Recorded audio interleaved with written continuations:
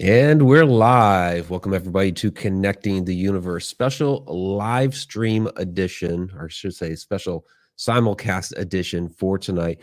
Streaming live out there, not only on our usual Connect the Universe portal platform where we do the Connecting the Universe class, but also out there on the Mike Ricksecker YouTube channel and the Connect the Universe portal Facebook page. So we do these every once in a while to kind of give you guys a little taste of what we do during the Connecting the Universe class. But the road trip that we just had exploring the American Southwest was quite public. A lot of you guys are following along on the different social media platforms, Facebook, Instagram, and all that. And so wanted to go ahead and just do the recap right here live in several different places. So I see on the YouTube side, Jill Nimchinsky's in the house, professional paranormal research. Sylvain is down there. Fantastic. Great to see all of you. So just get a couple formalities here out of the way. Of course, first of all, welcome to the secret library of the Connected Universe. For those listening to the podcast version of this later, I do invite you to join us every Wednesday night live at 8 o'clock p.m. Eastern Time, the connecteduniverseportal.com for the full class. So what they're seeing out here this evening out on YouTube and the other places where we're simulcasting this, of course, Connect the Universe Portal, is our weekly class, but it contains like all the, you get to see the video clips, the slide presentation, all that wonderful stuff that, of course, you don't usually hear on the podcast. So for the Connect the Universe portal, it's a 30-day free trial. I do challenge you to take in all that information within 30 days. But not only do you get this class, you get sneak peek behind the scenes videos of all the different projects that are going on, monthly Q&A videos, exclusive articles, insider video blogs. So you're going to get snippets of that this evening, but you'll get the full thing within the portal. It includes ancient Egypt, more coming up here with the America Southwest as well, Ireland, so much more. ConnectedUniversePortal.com. And those that are already members, get the app. Just pop on your phone, go to the website on the community section. You'll see the download there for the app, and you'll get all the notifications of when everything goes live. So, all right, let's go ahead and get right into this class question for this evening. And I see others have popped in. There's Jen, Crow Email. Thank you. Of course, Sylvain and Jill and others are joining, so that's fantastic. So class question for this evening, I can get down here to my photos. Here we go. What's one secret from the mysterious American Southwest you would like to have answered? Tom McNicholas answered, the Lost Dutchman Mine. He says, I had the pleasure to visit the superstitious mountains and would like to know if they ever found it. Currently, no, they still haven't found it. There's a number of different locations where that gold is rumored to be, and no, they've never found that. So it's one of the big mysteries and legends of those mountains. Victoria Monday asks, did you find evidence of the ant aliens? Well, Victoria, my co-hostess from Edge of the Rabbit Hole when we used to do that show, we're going to cover that this evening, and that's out there at Montezuma as well. I have some video footage from that as well that will be displaying this evening. Do want to quickly mention, almost forgot, a couple of things coming up here. One is the Bell Mansion Connecting the Universe event, where it's basically it's 4 full-fledged presentations on a number of different things like stargates of ancient Egypt, triangle areas of the world. We get the matrix of consciousness, a lot of great things. It's at the Bell Mansion in Fort Wayne, Indiana on June 10th. You can hit my website to find out more information about that. Tickets are also out there on Eventbrite. And also next year's Egypt tour. At this point next year, this time next year, we will be back in Egypt, Stargates of Ancient Egypt 2. So you can find that. It's out there at We Travel, but again, you can find it through my website and social media and all that stuff. All right. So Egypt and Bell Mansion aside, actually, we drove by Fort Wayne on the way out for the Bell Mansion event. But most of this journey, we were traveling along Old Route 66, and this is actually a picture of that just outside Fort Reno, which is El Reno, Oklahoma. So we hit just to kind of start the journey, Mineral Springs Hotel, Alton, Illinois, visited Dave and Donna Nunnally at the It's Raining Zen shop, had lunch with them, bought a bunch of stuff from them, which was absolutely fantastic.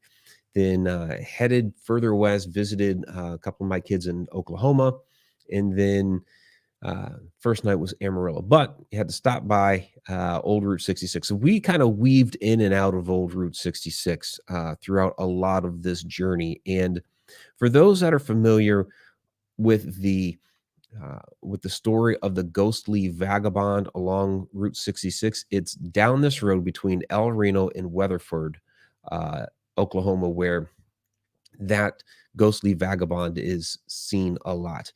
No, we didn't see him, and no, we didn't travel down that stretch of Route 66. It's kind of interesting because as you're traveling Oklahoma and Texas, you got I-40 right there, and right on the right hand side is Old Route 66 running parallel with the highway. So it's kind of cool to see that. But really, our first major stop along the way was Roswell. This was really kind of a spur of the moment thing, trying to figure out, okay, what are we going to see along the way? We had talked about, yeah, maybe Sedona.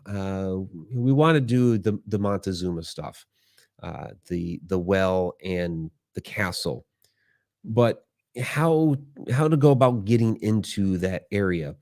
And that particular night, as we were heading into Amarillo, Jen was like, "Why don't we hit Roswell?" And it's like, I've always wanted to do Roswell. So we looked at the map and how that would all work out.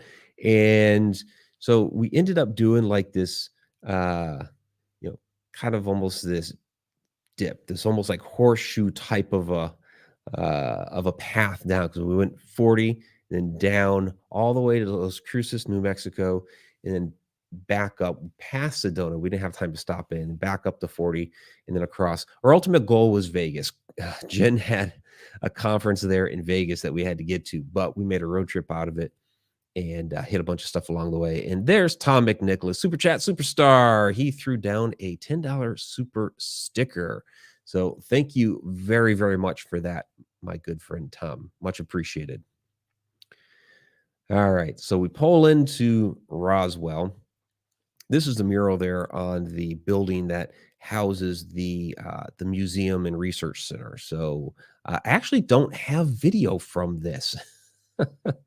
So, but I have a bunch of photos, and so there's Jen and I inside with the aliens, and they have they have a pretty cool setup. They have a lot of great information about all the uh, material that was found. Of course, the way that the government tried to pass off the wreckage as a weather balloon. So they have some really nice displays. They have artifacts from the radio station that was there, and of course they have things on ancient aliens. So I'm not going to throw all the photos out here because I want you guys to go there and to actually see it for yourselves. They have a lot of wonderful stuff there, and there's a couple of other spots there too. That we visited. One was kind of a almost like a walkthrough, almost like a spooky haunted theme house sort of a thing.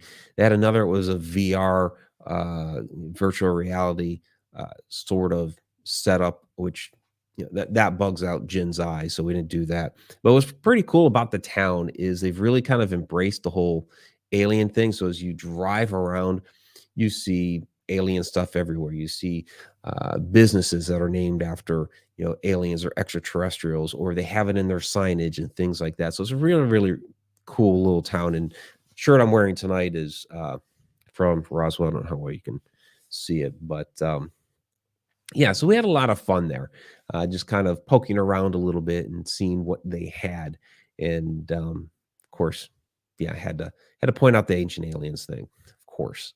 So as we were driving away, kind of the irony of it all, posting some photos and all that on social media after we left Roswell, and my friend Brittany Barbieri hits me up, says, "Wait, where are you?" Like, yes, I was in Roswell. And apparently, unbeknownst to me, at the time that we were there, she was down there with Ben Hansen and some others, and they were doing an archaeological dig site at one of the old sites, one of the old wreckage sites, to see what they might be able to dig up. She ended up posting photos of that on her social media. So definitely check that out. Be interested to learn what they may have actually discovered out there. But yeah, kind of ironic that they were also out there at the exact same time, and just missed them because they ended up going to the museum. I guess it was later that day. So I know I saw some of the photos of them in the at the museum. So that was Roswell, and really some of these locations were kind of hit and run. We were there for a little while, check out some stuff, spend some time, and then boom, had to be off because we did have to get to Las Vegas at a specific time for Jen's conference. So from there, our route, because we wanted to get to Montezuma's castle and well, so it brought us down south through Las Cruces, New Mexico, which I was out at Las Cruces about a year and a half ago for a conference and fell in love with a restaurant down there. We'll get to that in a moment. But passing through, you have to go through Alamogordo and White Sands. Unfortunately, didn't have time to stop off and see my aunt and uncle because this was, again, really last minute. We just figured it out the night beforehand. So it's like, sorry, Uncle Tom and Aunt Ann. We're driving through. Some of you may have seen the big pistachio thing, world's largest pistachio we took a photo with, which was a lot of fun.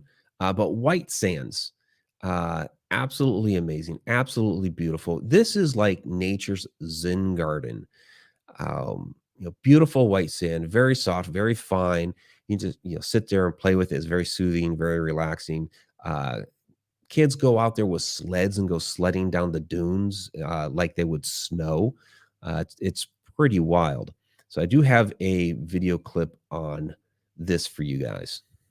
Back here at White Sands, I was out here a year and a half ago on my own. Jen is out here with me this time. It's actually her trip. I'm the tag along this time.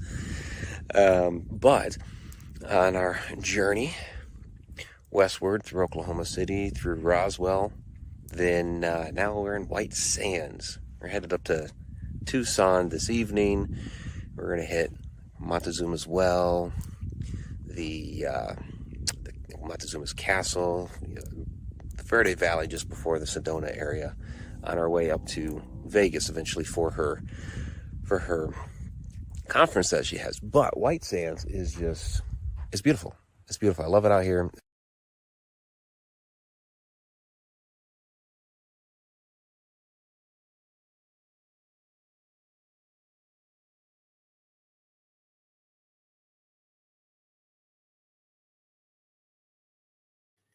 And we seem to have lost the audio on that. Not sure what really happened there. At least I couldn't hear it on my end, so I assume that you guys lost it on your end as well. But basically, when we're looking at White Sands there, um, you're looking at an area that during the last ice age actually had a lot of water. I mean, it's an old lake bed.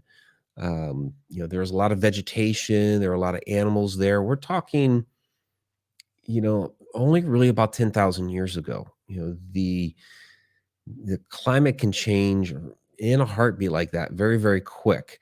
I know we look 10,000 years, that's a long time. In the grand scheme of the history of the earth, 10,000 years is like nothing, especially when talking dinosaurs were what, 65 million years ago. 10,000 years ago is not all that long. And yeah, I mean, human beings were around there at that time too. So this is a very Uh, Interesting sight, especially with how white that sand can get. So we really only had, I don't know, maybe like an hour there, and then we took off from there. And yeah, Jen's let me know that yeah, the audio went out. Not sure why that happened. I didn't really have time to verify all my clips after I got done rendering them earlier because I only had basically doing that up until this show started. So in any case, I will have all of that footage out on the Connected Universe portal uh, within the next few weeks or so. I keep saying that stuff about Egypt too, and all that newer Egypt footage is going to get up there too. Something that I did neglect, kind of skipped it real quick, which I don't know why, it escaped my mind. But as we came out of Amarillo, before we got to Roswell, this is what I was going to start with, but um, we passed through Clovis, New Mexico, and there's really not a whole lot there, but it was kind of an important site, and it was a site of great debate for a long time. So I do have a video clip on that. Again, this is before we got to Roswell. So uh, Mineral Springs, Alton, Illinois, Oklahoma City, Amarillo, Clovis, then Roswell, then White Sands. So just giving you the order the correct way here. Okay, I know it doesn't look like much. We're just out in Clovis, New Mexico, right across the border from Texas. But the significance of this really is that for many, many years, Clovis, what they call the Clovis culture, was deemed like the first original civilization in North America. So everything from here was, that's where the other Native American civilizations descended down from. And that was debated on for years, but there is this stigma for decades and decades and decades called Clovis first. There's been a lot of evidence over the years that has stated that's not true anymore, but there's still like this really staunch segment of the community that says no, it was still Clovis first, even though you're finding down in South America, 20, 40,000 years old, when this was, like around 15,000 years, around that time frame. There's some remains that were found in the San Diego area that are like 120,000 years old, but yet there are still people that say Clovis first. But it wasn't. Still very historic and important, but not first. Our history is much, much older. Yeah, so I had posted on my social media a photo that Jen had taken of me out in this field. Hashtag not Clovis first. And give you the numbers here is 13,500 years ago, approximately. What they found there were stone and bone tools, human made, in close association with fauna and mammoths, indigenous to that era. So that's kind of how they dated that. And basically, it was the oldest stuff that they had come across up to that point. And since then, decades later, there are other things that were found. Basically, where the hangup was the idea that all humans into the Americas came across the Bering Land Bridge, but they wouldn't have been able to filter south until the ice packs had melted down enough for them to come on down, which fits with the Clovis timeline in that area. So when they started finding remains like in South America that were more around 40,000 years old, people were like, no, that can't be possible because they couldn't have gotten down that far in that time. But then other places like San Diego area, 120,000 years ago, it's like, okay, something else happened. There's a lost segment of our history. So still, Clovis is an important part of the story, but not first. All right. So Clovis, Roswell, White Sands. From White Sands, we hit Las Cruces.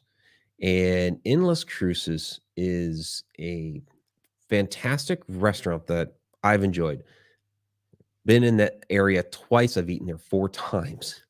It's called Double Eagle. And it's actually an old hacienda that is in Old Town Mesilla, that's at the very southern edge of Las Cruces, just before you get to Mexico. In fact, this little area here was the last bit of land that was added to the continental United States. So, this had been a part of Mexico. It was incorporated into the continental United States, and that was it. And our, 48 here, was permanent. The restaurant itself is supposed to be haunted. So, but very, very beautiful too. So, and again, anytime I exit out of this and come back in, it loses photos on me. I don't know why it does this. Um, but you can see the inside here. Very, very beautiful. Um, this is supposed to be one of the haunted rooms here. This is driving me nuts. I'm gonna have to look into why StreamYard is doing such things like this.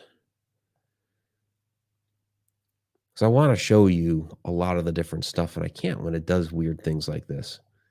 Um, this is actually the dining room where we ate, but you can see how beautiful and ornate it is inside. I want to show you the little girl who's supposed to be haunting there, but I'm not finding it.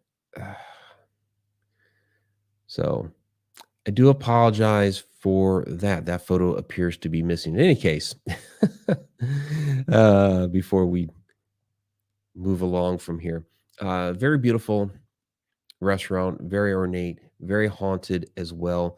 In this particular room here, they have actual photographs, not just like modern, orb type of stuff. They have actual like historic photos, of an image of somebody in that room that's kind of ghostly, transparent.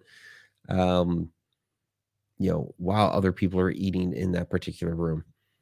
So, yeah, and Jen is saying the ghostly places don't want to be seen. It's almost like a weekly thing, though. I always seem to come across there's some photos that just disappear on me as I start the presentation. It's driving me nuts. So, absolutely fabulous, fabulous location. I highly recommend it if you get down into that area. From there, we headed up northward. Next day, headed up to Montezuma's castle. They call it a castle. It's not really a castle. It's these are cliff dwellings.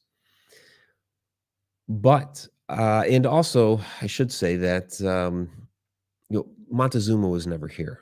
It was misnamed many moons ago. It's based off of there's a lake in the area called Montezuma Lake.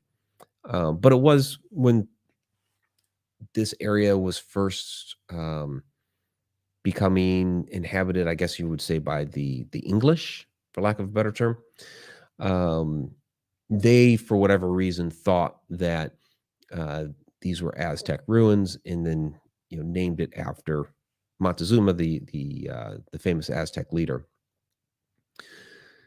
And they were incorrect when they did that, but the name stuck. So let me go ahead and play you the video clips here. Back at Montezuma's castle, which is not a castle, and Montezuma was never here. It's a cliff dwelling, and it's named for the nearby lake, which is Montezuma Lake. But what's interesting about this place, at least to me, is that it's right downstream from Montezuma as well. So, given the origin stories of that area, those peoples would have migrated down this way following the flow of the river. So also the idea that the energy from that area would have come right down here to feed the people here as well. So their origins always coming back to nourish them energetically here as well. Another fantastic feature about this site is that these walls, these fantastic cliff faces, are actually made of limestone. And of course, being right against the water, you have a chance here for a lot of energy to be built up. Of course, we see the limestone structures in Egypt. Of course, one of the things when we talk about the Mineral Springs area, along the Mississippi River. Again, you have limestone bluffs and then the water, and all of that energy there creating a lot of different types of activity.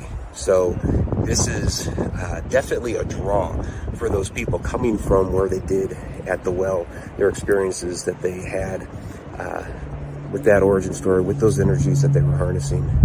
And they were doing it right here with the limestone as well.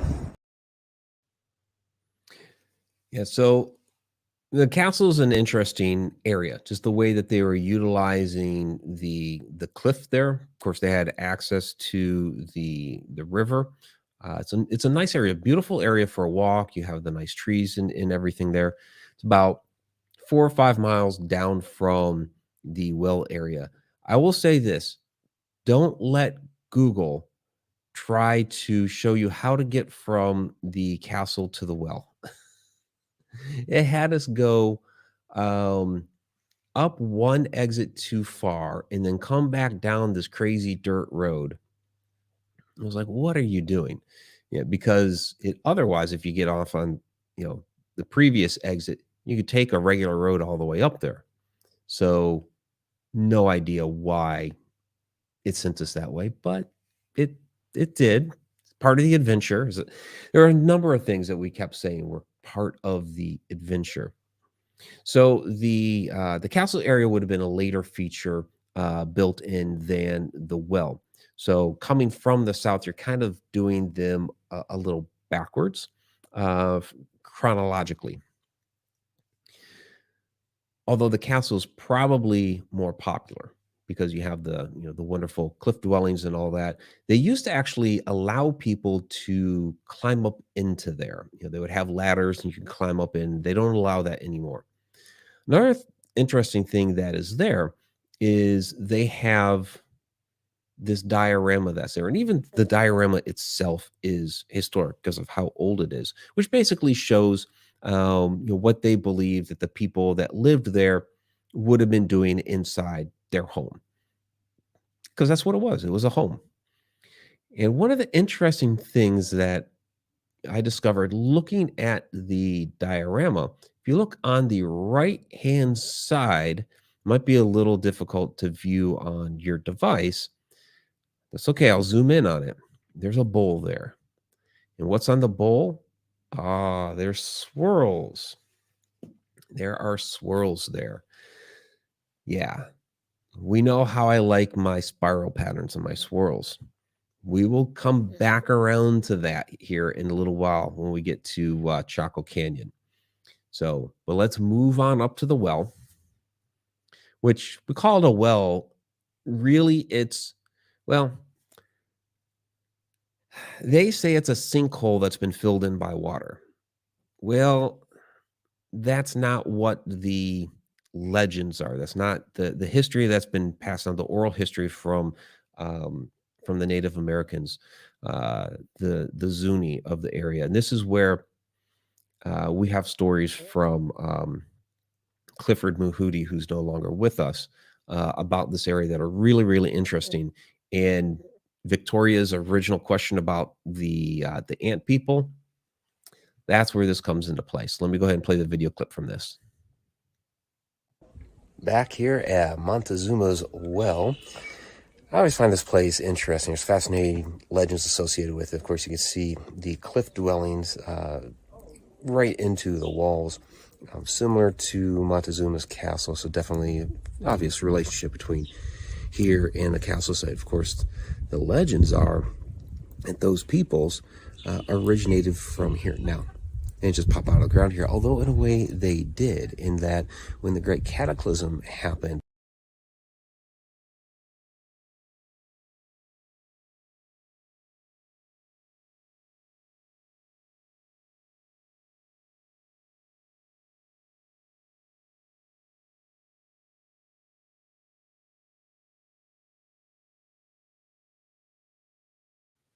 it seems like the audio cut out again.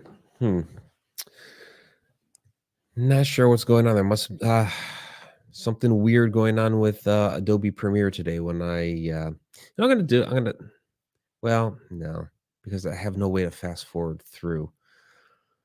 Well, that's disappointing. So tell the story then. 'Cause I know the story. It's just nicer to have the on-site footage telling the story. So, yeah, ginseng StreamYard doesn't like me tonight. Yeah, I don't think it's that. I think it's the recording. So, and actually, it's perfectly fine what I recorded on the phone footage. I think it was whatever the rendering happened with Premiere. So I think it was Premiere that screwed it up. In any case, let me go ahead and bring up the photos in, and I will tell the story. So, basically, what's going on here is you have the story of the ancient cultures, and then basically, it's a cataclysm story, like we hear, from all over the world, where you are having the Great Flood, the Great Flood that you find in all cultures, and you had peoples in the areas that were fleeing for their lives. So where the ant people come in, this used to not be filled up. All those thousands of years ago, it was a hole in the ground in which these quote unquote ant people lived.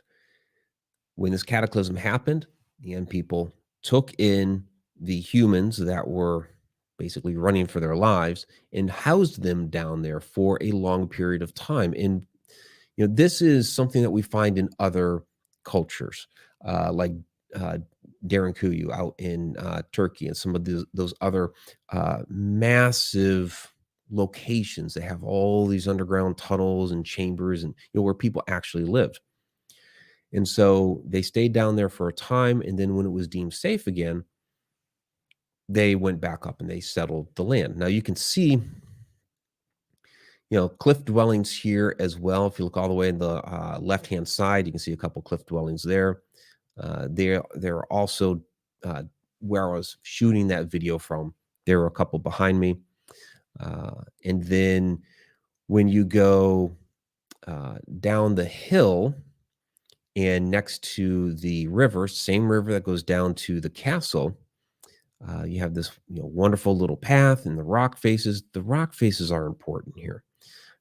Just looks like jagged rocks coming down to the river, but it's a little bit more than that, because actually you find some silver mixed in with the rock. Now, this is important because we're talking again, the area is limestone. You have water. When we see like limestone and water, we usually have like amped up uh, energy. And a lot of people say they experience supernatural activity in those areas. Well, the silver is another conductive metal. So this is an area that's going to be even more amplified with energy. And so this is when we start talking about, or people want to know, okay, why is there a vortex in this area? Why are these, some of these areas, triangle areas? Why are there portals in this particular area? And it's because of uh, different metals and minerals being within a certain area, as that energy wells up through the ground from the Earth's core. That magnetism, it interacts with these different metals and minerals, and they interact with each other as well. So that's why you have some of these different areas that are amped up with energy, and that's why it would be more attractive to these ancient peoples, because they're like a lot more in tune with these different energies. They may not have known all the science behind um, how different metals and minerals will interact with each other. They may have, but like our chemistry and things like that that we have today, they might not have known all of that, but they knew this is an energetic area. And so Montezuma as well, definitely very energetic. And then once those peoples came out of the well, they populated the area like the castle and what have you. So yeah, Tom, never drink from the wells. That's another thing about the well. Thank you for that. So yes, this is very toxic, actually. Um, we don't really know why, except for whatever other minerals may be within the ground. There's arsenic in this lake and things like that.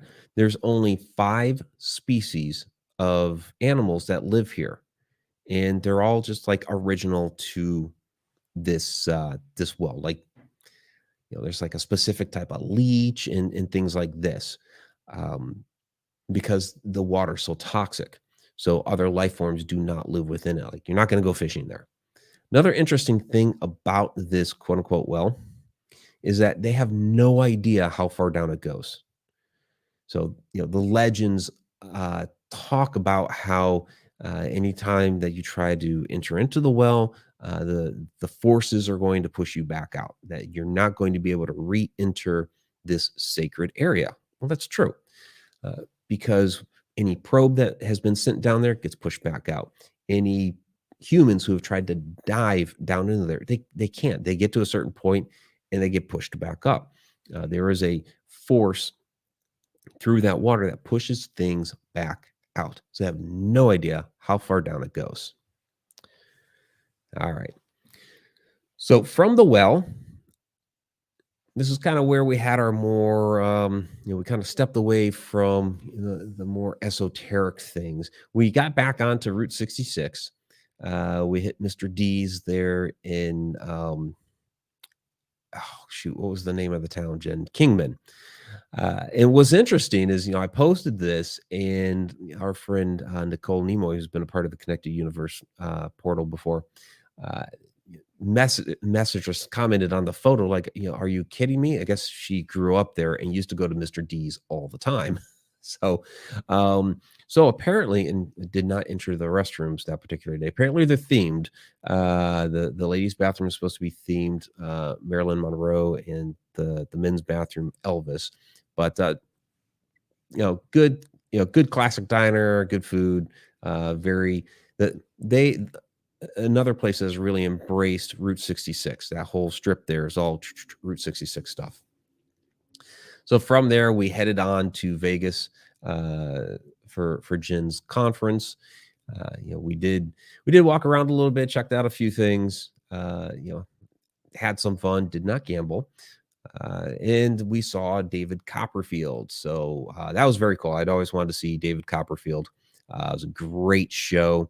And what was really kind of um, ironic about his particular show, it's, he's telling a story as he's doing his different illusions and things like that. And his team's doing everything.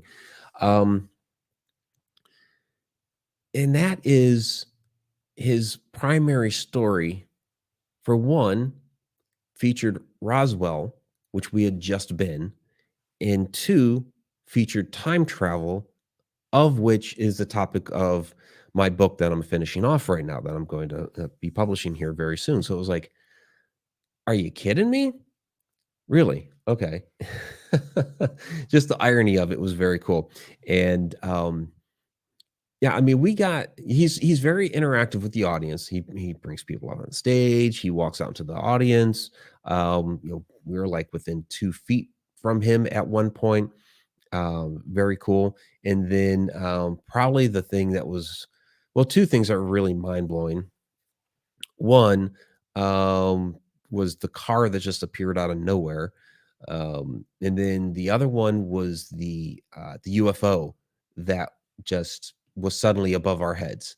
Um, I mean, the lights went off for like a second, and then all of a sudden, they went back up, and poof, here's the UFO, solid object. It's like I could reach out and touch the thing. It was like right there. Um, so how they got, and basically, it was like glorified drone or whatever. But the illusion is, of course, how did it just suddenly get there? Um, crazy stuff. It was fun. It was a lot of fun. So we did our thing in Vegas, and on the way out, we stopped off at Hoover Dam. So what I'm going to throw out here for photos, people have been wondering about the water level out there. I was out there at Hoover Dam just over 3 years ago because I had an event in Vegas. It was a Shockfest Film Festival 2019, November 2019. And on the way out, I went to Lake Mead and Hoover Dam and then Chaco Canyon. So we kind of redid that part. And so this is Lake Mead 2019. And this is Lake Mead. What was it, just a few days ago now? What was it? Saturday. And you can see, yes, it is further down than it was 3 years ago. Now, you see the very dark top there of that island. That's part that's never been touched by Lake Mead itself. So all the lighter part is what the water has touched, and you can see that from its height, it's come down a lot, and it's come down considerably uh, over the last 3 years. And we go to the dam. I don't have quite the same angle on these photos, but you can see the water is down here too. And same thing, where the darker part has not been touched by the river, where the lighter part has been. So definitely down a lot from its height, but also down from where it was 3 years ago. And of course, there's a major concern there of how much water is being used. I mean, that's Lake Mead is a man-made lake. It exists because of the Hoover Dam, and they use a lot of that water up in Vegas, which is a city that is grown exponentially and keeps expanding. So, at some point, there's going to be a breaking point. At what point do they actually literally start running out of water up there? They're in the middle of the desert. You need water. And it's kind of also one of the things that, and Jen and I talked about this along the way. When we talk about population and expansion, where do people go? And some people try to say, well, you've got all of this land out there. You can fit, all these people out and all this available land, et cetera, et cetera. It's like, yeah, but there's some places that either you're not going to want to live, or two, you just are not going to be able to. And like, we drove through a lot of countryside, just like desert land, where it's like, sure, technically you could stuff people in here, but for one, it's kind of forbidding, blah, nasty desert type land that, well, your first issue is going to be water. So kind of a bit of an aside there. But so yeah, so it was really wild to see how much the water had come down. But that aside, let's run the video clip here. Hello, keepers of the connected universe. I'm on top of the humor. Yes, it's very humorous. I'm on top of the Hoover Dam. Of course, you can't see the dam. You can only see the bridge behind me because I'm on top of it. So we'll try to do this. Yeah, see? It's a magnificent piece of engineering, and even the bridge with the highway is very, very cool. The level of the water, if you turn around over there, I don't know if you can see it, is really, really low. And I'll post some photos from Lake Mead as well, where you can see that the water is really, really low. So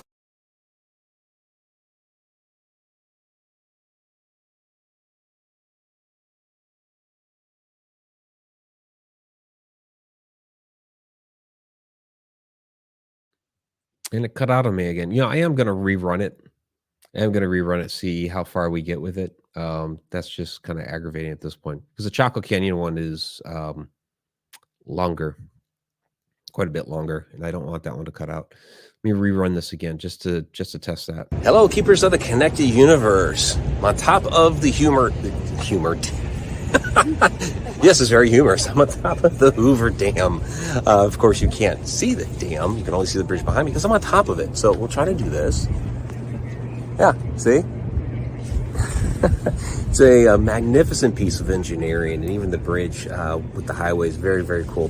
The level of the water, if you turn around over there, I don't know if you can see it, is really, really low. And I'll post some photos from Lake Mead as well, where you can see that the water is really, really low. So yeah, I cut out the same spot. So yeah, so that would have to be Premiere that did that to me. That is really unfortunate. Darn it. So I guess what I have to say is on the Connected Universe portal, I will be posting the full videos. Um, I'll have to, because there's not a way for me to go back into the YouTube side and add that. So I do apologize for future YouTube viewers on that. Um, that's crazy. So that was the Hoover Dam. There was a fun moment there looking down the dam that was in that video clip. So fun fact, um, Ghost Adventures was not Ghost Adventures, Ghost Hunters was just out there. Well, I guess they filmed out there last year, but they just had an episode on the Hoover Dam. It's supposed to be haunted. There are people who did die during the building of this thing. Yeah, fantastic feat of engineering, but it was built in the 30s, and yeah, people unfortunately died during the process. And from my understanding, there may be a body or two within the concrete there, which is why it's haunted. So, all right. So from there, geez, I really hope this place is not going to. I know it's not going to, which is really unfortunate because there's so much from here, and that's Chaco Canyon. Um, I love Chaco Canyon. It is the road to get there. Um, if you're coming from the south and it's New Mexico 57, it's 20 miles, and it is like the longest 20-mile drive of your life. it's it's crazy. It's a dirt road that is just I think a dirt road is better than this road. It's terrible, absolutely terrible. Um, and we're driving this in a Chevy Cruze, and uh, made it though. It was crazy. But okay, Chaco Canyon. This is Pueblo Bonito, and the place is absolutely huge. We just covered a very small portion of it. I will go ahead and try to play this video clip. At this point, I'm not hopeful that the whole thing will play, but we'll see.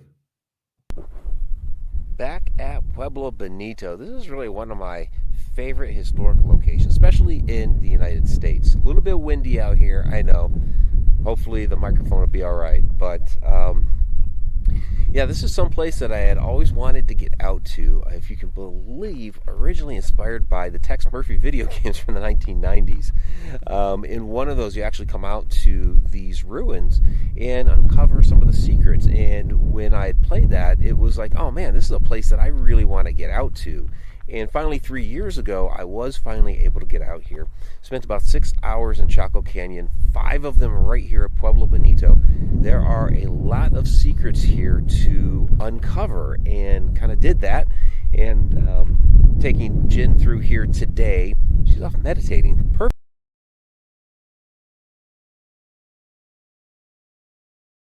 And there it goes. Not even a minute into it. I really apologize for that, guys. I'm not sure. I've never had that issue with it before, cutting out on the audio like that. So that's unfortunate because there are some very cool things within that video that I show. I'll try to do it with the photos that I have uploaded, but I know that some of the photos that I have here tonight don't cover everything. Okay, well, yeah. This is Pueblo Bonito. It's old. Here's the thing. We don't really know who built this place. We call them ancient Pueblans.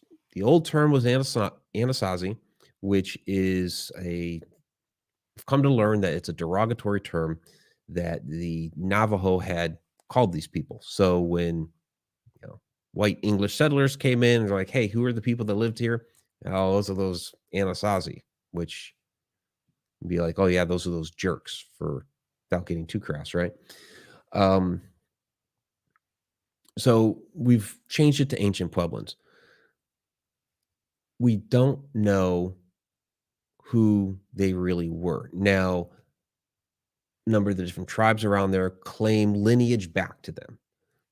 The Hopi, the Zuni, several of the others around there say, yes, we have ties back to this location. We have ties back to these people, but we really don't know. This is not a site that they lived at permanently. It was a temporary site that they would come to on occasion. Um, they would come, they would basically, sites aligned to the stars, and they were using it for different ceremonies. So they built these, what we call kivas. Now, this is what is a quote unquote great kiva. So it's a bigger one, has a lot more features to it. Other ones are much smaller and don't really have a lot inside. And you're going to, because the video clip didn't play, you're going to miss my whole explanation of the hot tub kiva, or the one that I call the hot tub. That's lousy. But this is the one at Pueblo Bonito. And you can see in the middle there, it has, we don't, whether it was some sort of fire pit or whatever, we don't know. You have some other chambers here off to the side. The niches along the edges, some people say, well, there are idols that were put inside there. Others say, well, these were where logs went into place to create a roof. Some people believe that it was actually domed. Again, we don't know. We just really have no idea. But there are a lot of theories. There's a number of petroglyphs here. So what were the ceremonial practices that they're coming out here to do? Well, there are petroglyphs in the area that talk about their interactions with the star people. And so the star people essentially came down and interacted with these peoples, passed on knowledge to them. And they used portals to come into this area. So we see the spiral pattern here with the portals. We're going to get to that in a second. So this is one great kiva. This is another great kiva. Just past or just before Pueblo Bonito. So you can see a little bit different features. And this is an interesting thing. It's like no two of these are exactly alike. So you can see the little niches along the edges there, just like the same as Pueblo Bonito, but the chambers are a little bit different. Like what are these on either side? What are these circle structures? One is bigger than the other. You can see in the back there some circular lids, maybe. Again, we don't know. So interesting structures and configurations. We see one here that's like in the shape of a key. Now, this is also very interesting because we see other keyhole structures around the world, a lot of them in Japan. So, is this a type of shape that was universal? That, okay, we're talking about star people coming and passing on knowledge. Did they pass that knowledge on to several cultures around the world? That seems to be what we see within our ancient texts, like with Enki from ancient Sumer, like with Osiris from Quetzalcoatl.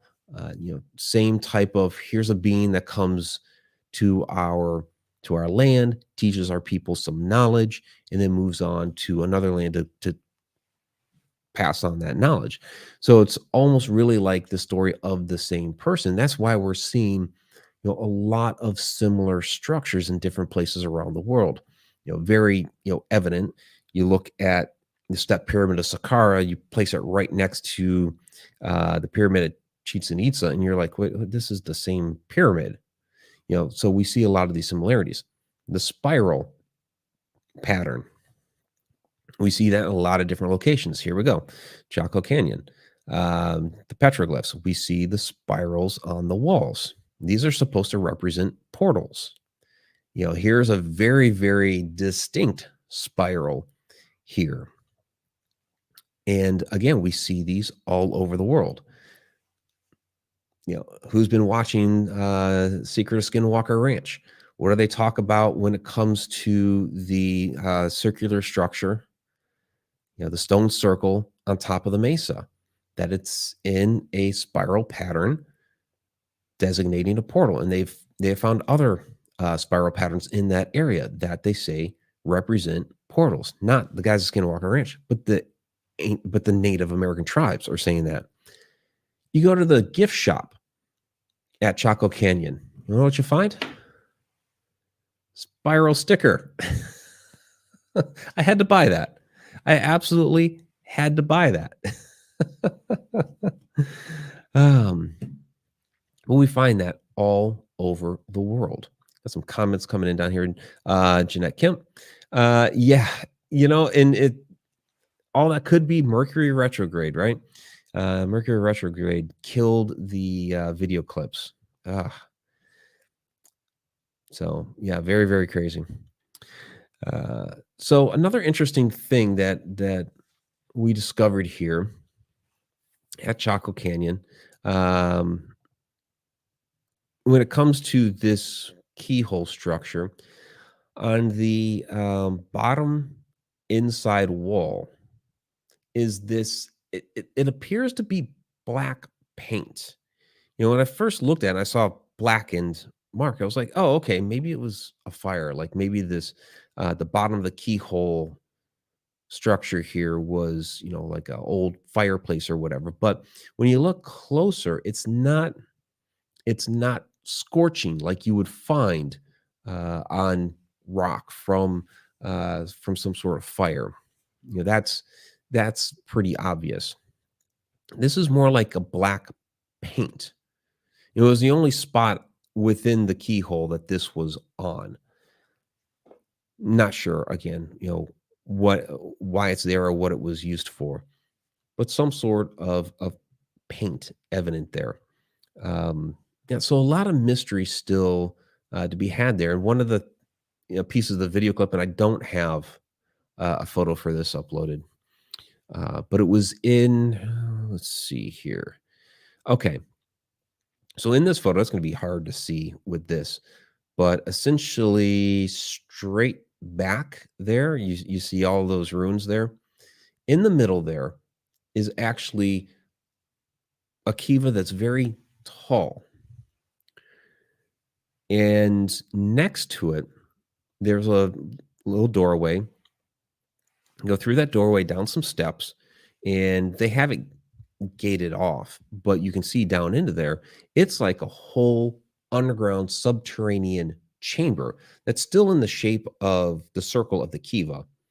You have kind of a wide entranceway from the one side into it, but this is basically almost like a giant silo. So what we're seeing here in these ruins, and there were some when we were in there in Pueblo Bonito, we're looking at it, it's like, this is at least 3 stories. Because this wall here, you can see where the floors were. So some of these were actually quite tall, taller than what we're definitely seeing today. So some of these, and they have you're kind of there at the gift shop, visitor center, and everything. They have some models of what they believe they look like, and they're showing the kivas with like a basic flat top to it, and it's like we're seeing evidence here that some of these were actually a lot taller. So I don't think that representation is quite right. I don't know if I believe the whole dome thing, because you don't really find, well, we don't I don't know, I didn't excavate the thing, 100 years ago, but where would be the evidence for the material of what that dome would have been? Um, but I believe that they, very well could have been taller, because we see, and again, I wish that video would have played. We see evidence here of some tall buildings and tall kivas. So, these here, what we're calling the Great Kiva and some of the others could have been much taller in stature. And again, I apologize, I couldn't show you the hot tub one, which was in the video clip that bombed. So, last one on our way out, stopped in Amarillo again, but that morning, um, just for fun, someplace that Jen had always wanted to go to, Cadillac Ranch. So this place was just fun. Very windy there, and he actually said it was a moderate day. It's like, okay, appreciate that moderate day. Um, but yeah, these have been around since 1974. They were stuck in the ground like this, and they didn't paint them back then like they do now. And I kind of think that the whole spray paint thing preserves them from rusting so much.